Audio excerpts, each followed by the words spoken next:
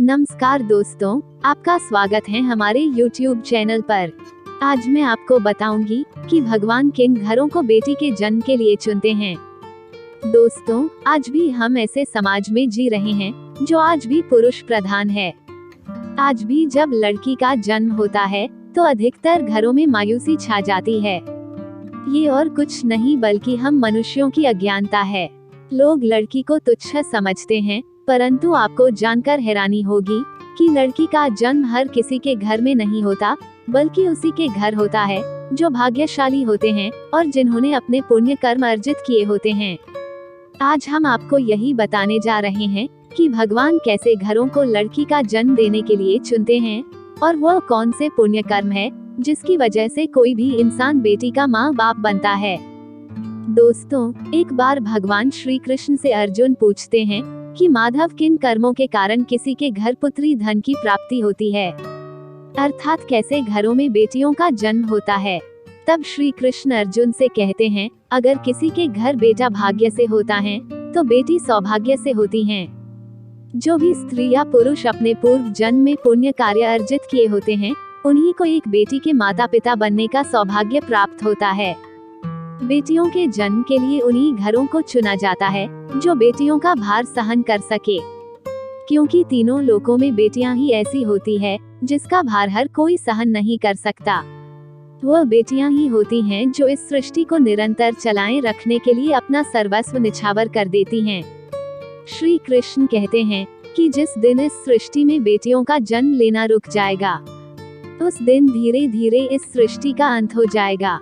मित्रों, भगवान श्री कृष्ण के इन बातों पर गौर किया जाए तो उनका कहा बिल्कुल सही है, क्योंकि अगर बेटियां नहीं होंगी तो किसी का भी वंश आगे नहीं बढ़ सकता। दोस्तों, आपने भी कई लोगों को कहते सुना होगा कि जिस घर में बेटी का जन्म होता है वो घर स्वर्ग के समान होता है, क्योंकि बेटा तो केवल एक कुल को रोशन करता है, लेकिन बेटियां तो 2 कुलों को रोशन करती है। माता पिता के घर वो बेटी के रूप में अपने उत्तरदायित्व को निभाती हैं, तो ससुराल आकर एक बहू के रूप में सारे कर्तव्यों का पालन करती हैं।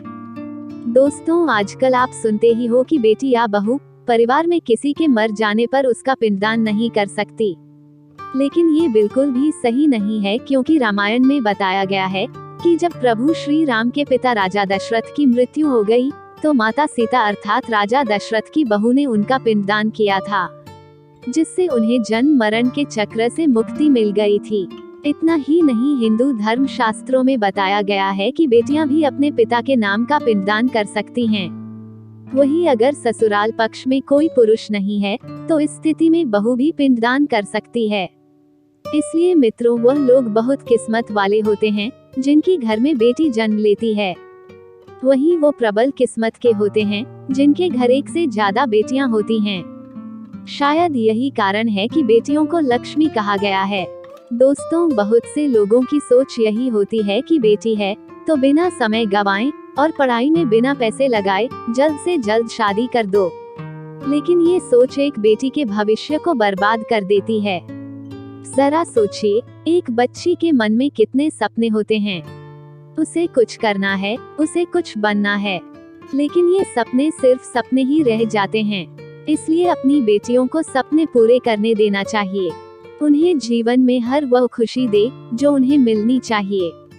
एक बेटे से ज्यादा एक बेटी हमेशा अपने माता पिता के लिए सोचती है। माता पिता को प्यार और अपनापन बेटी ही दिखा सकती है। बेटी के जन्म को एक जश्न की तरह मनाना चाहिए। माता पिता को बेटी को हमेशा एहसास दिलाना चाहिए कि वह उनके लिए कितनी खास हैं। मित्रों, बेटी कभी भी माँ बाप पर बोझ नहीं होती। वह सिर्फ अपनी और अपने परिवार की किस्मत बनाने के लिए जन्म लेती है। एक कथा के अनुसार 2 मित्र लंबे समय के बाद एक दूसरे से मिले। एक दोस्त ने दूसरे से उसका हाल पूछा तो जवाब में उसने कहा कि मेरे हाल तो एकदम बढ़िया है, हो भी क्यों ना मेरे 2 बेटे जो है। तभी वह अपने दोस्त से पूछता है कि तेरे घर में कितने बच्चे हैं। दोस्त खुशी के साथ बताता है कि मेरे घर में 2 बेटियां हैं।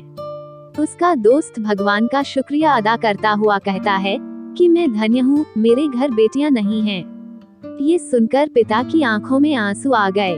तभी उसकी बेटी पिता के मित्र से कहती है कि अंकल, भगवान हमेशा भाग्यवान को ही बेटी देते हैं, कभी गरीब को बेटी के रूप में माता लक्ष्मी नहीं देते।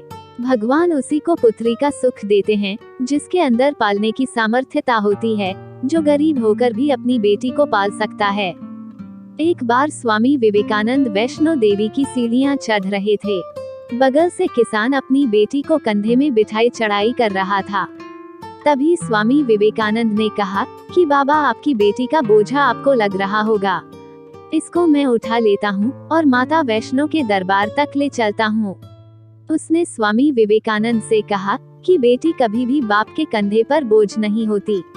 बेटियां अगर बाप के कंधे पर हैं, तो वह हर बोझ को हल्का कर देती है। मित्रों, बेटियां कभी भी धन की भूख ही नहीं होती, वो सिर्फ मान और सम्मान की भूख ही होती है। दोस्तों, अगर आपको हमारी ये वीडियो अच्छी लगी तो लाइक, शेयर और सब्सक्राइब करें। धन्यवाद।